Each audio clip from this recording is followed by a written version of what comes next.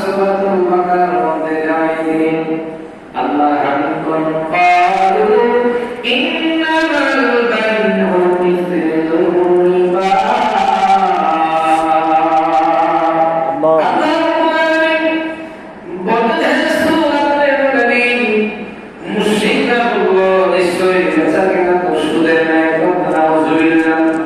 আল্লাহ তাআলা হামিদুল্লাহ বলে জানাইলেন নবী আপনি জানাইলেন ওয়া আহাল্লাহু বাইআ ওয়া হারামাল রিবা।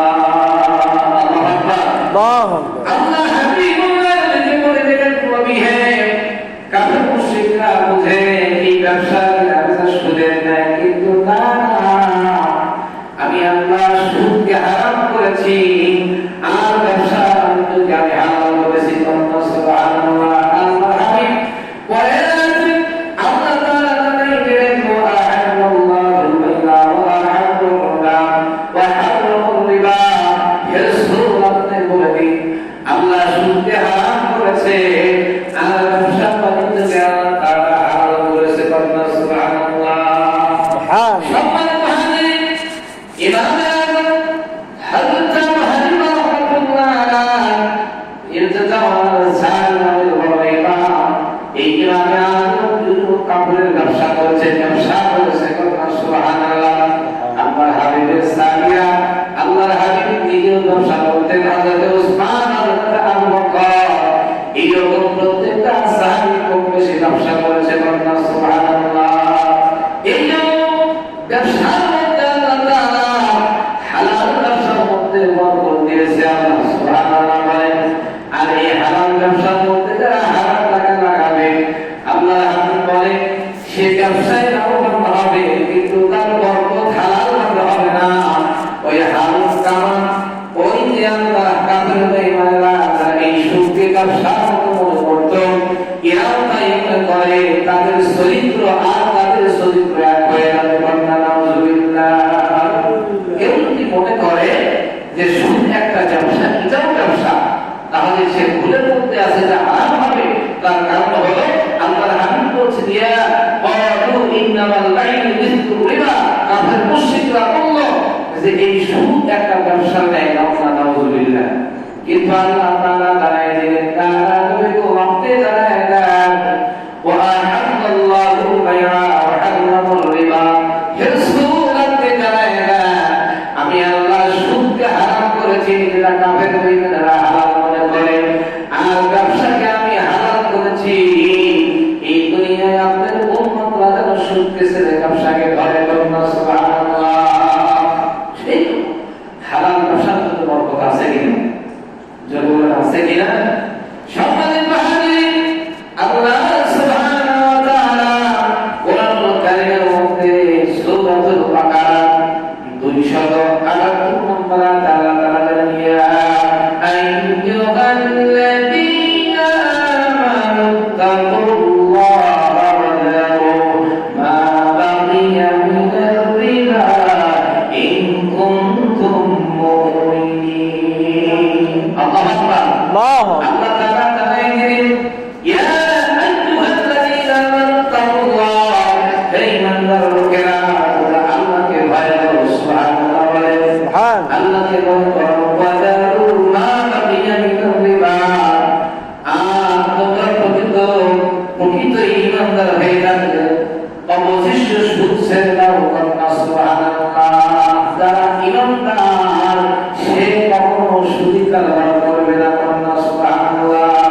আল্লাহ তাআলা আরো জানাইলেন কুনতুম মুমিনিন। আর যদি তোমরা তা না করো তাহলে আল্লাহ ও তার রাসূলের সাথে যুদ্ধের জন্য প্রস্তুত হও। ফাইন লাম তাফআলু ফাআযিনু বিহারবিন মিনাল্লাহি ওয়া রাসূলি।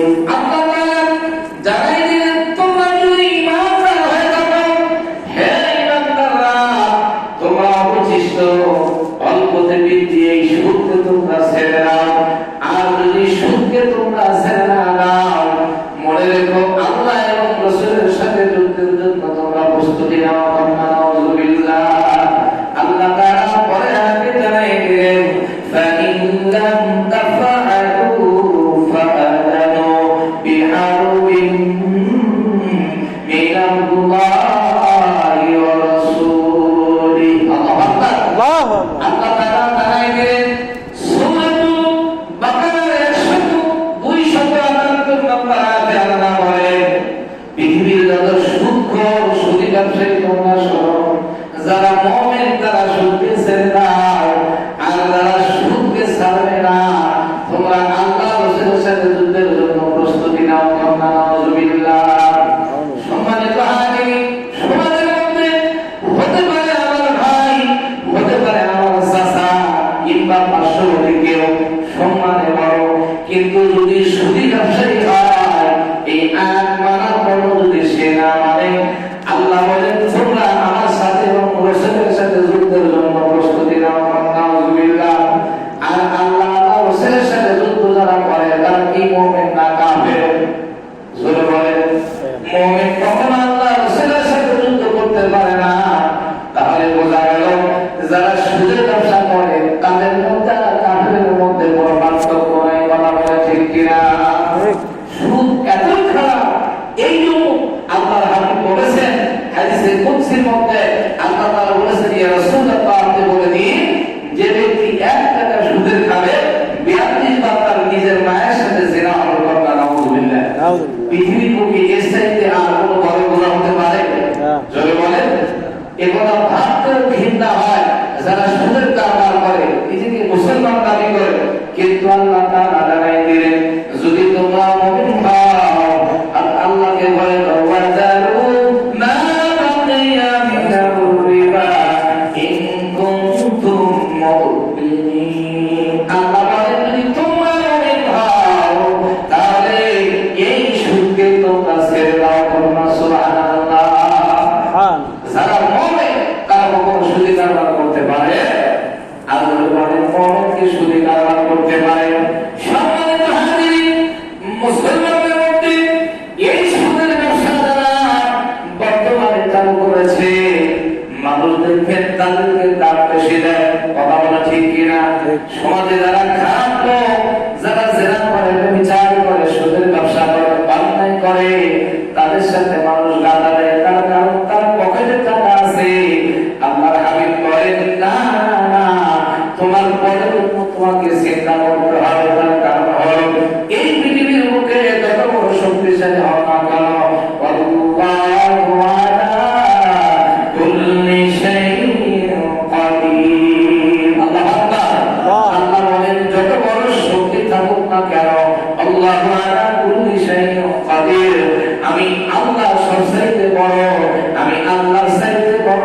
শক্তিমান কেউ নাই কথা বলে ঠিক কিনা ঠিক আমরা সব বুঝি মানি কিন্তু মানতে গেলে কষ্ট হয় একটা ইমানদার লোককে সালাম দিতে তার সাথে সম্পর্ক রাখতে কষ্ট হয় কিন্তু যখনই বিপদে পড়ি চিন্তা করি অমুকে যদি সুদখোর হয় তাহলে সে আমাকে টাকা দিয়ে বাঁচাইছে নাউযুবিল্লাহ বলে সুদখোর কি কাউকে বাঁচাইতে পারে আরো ধরে বলে সে আপনাকে বিপদে ফেলেছে আপনাকে সুদ দিতে হবে সময় মতো জাকাত দিতে হবে মাসে মাসে সপ্তাহে সপ্তাহে আপনার কাছ থেকে ওগুলি মুনাফা নিচ্ছে ইন্টারেস্ট নিচ্ছে আল্লাহর হাবিব বলছেন এগুলো যারা করবে তাদের আশেপাশে যারা আছে তাদের বিপদের সম্ভাবনা 100% শিওর করতে নাউযুবিল্লাহ যারা সুদী কারবার করে আসমান থেকে যে বাস বলে বৃষ্টির সময় আমরা বাংলায় বলি ছাতা পড়া কি পড়া ছাতা পড়ে আল্লাহর হাবিব বলছেন যারা সুদের কারবার করবে যারা মানুষ হত্যা করবে যারা জেনা ব্যভিচার করবে নেশার কাজ করবে এই কয়েকটা শ্রেণীর মানুষ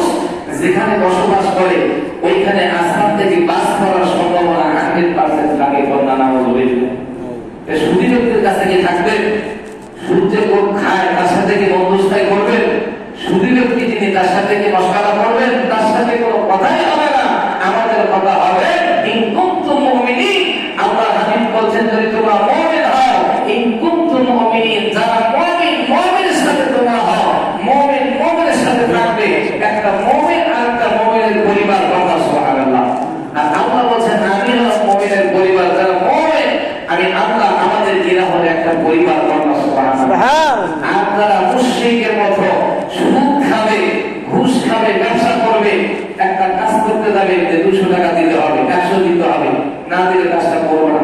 অফিস আদালতে নিয়ম আছে কিনা? জোরে বলেন আছে কিনা? এই অফিসে তারা চাকরি করে, দাড়ি সুন্দরী পেকে গেছে, সর্বশেষে হজ করে, আছে না? তাই জীবনের শেষ সময় হজটা করেই ফেলায়। 100 বার হজ করলে করে হজ হবে না। কথা বলেন কিনা? একটা টাকা বিনা কারণে যারা মানুষের কাছ থেকে চোরের মতো, ডাকাতের মতো শিক্ষা দিয়ে, কলম দিয়ে, বুদ্ধি দিয়ে যারা কেড়ে নিয়েছে, কিয়ামত পর্যন্ত 100 বার হজ করলে তো হজ হবে না। কথা বলেন ঠিক কিনা? একটু দৌড় করে আল্লাহুম্মা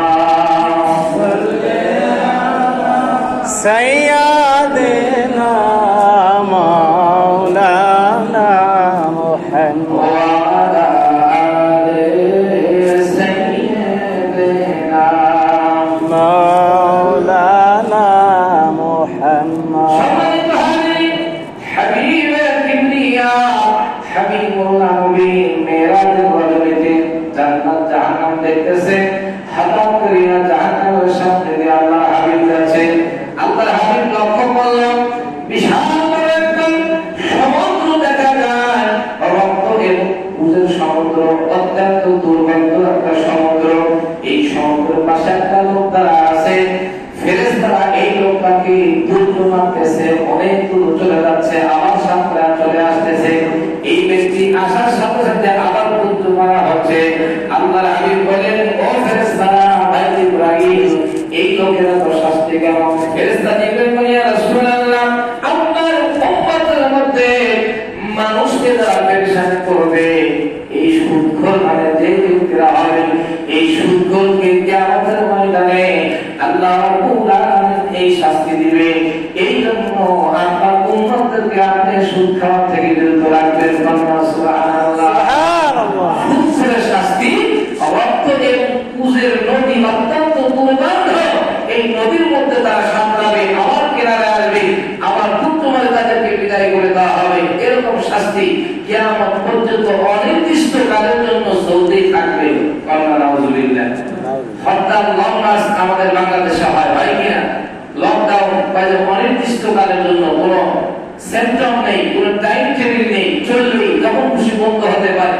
যে যারা জাহান্নামী হবে তাদের অনির্দিষ্ট কালের জন্য জাহান্নাম, কষ্ট, এই কষ্টের কোনো শেষ নাই। আবার যারা জান্নাতি হবে, আল্লাহর হাবিব বলেছেন, যিনি একটা জান্নাতের মধ্যে যাবে সে আর কোনোদিন বের হবে না। সুবহানাল্লাহ বলেন না? হ্যাঁ। জাহান্নামী গুনাহ শেষ হলে আল্লাহ ইচ্ছা করলে জান্নাত দিতে পারে, কিন্তু যারা জান্নাতের মধ্যে ঢুকবে সে কোনোদিন আর বের হবে না। সুবহানাল্লাহ বলেন। ওই জান্নাতে আমরা যেতে চাই কি চাই না? চাই। ওই জান্নাতে যদি আমরা যেতে চাই, তাহলে আমাদেরকে 5 ওয়াক্ত নামাজ জামাতের সাথে আদায় করতে হবে। কি করতে হবে? 5 ওয়াক্ত নামাজ জামাতের সাথে আদায় করতে হবে। আমরা বাবা মাকে কষ্ট দেওয়া যাবে না, বাবা মাকে মহব্বত ভালোবাসতে হবে, গরিব মিসকিনদেরকে সাহায্য করতে হবে। রাস্তাঘাট বিভিন্ন সময় বিভিন্ন জায়গায় আমরা টেকনিকি কাজ করি, একটা কাজ মামলা করে দিতে পারি, কিন্তু দুর্বল মানুষ যদি পাই, দামটা থেকে 500 কিভাবে তার কাছ থেকে কামাই করা যায়, কথা হয় ঠিক আছে কিনা? আছে। এটাও কিন্তু আল্লাহ ধরবে।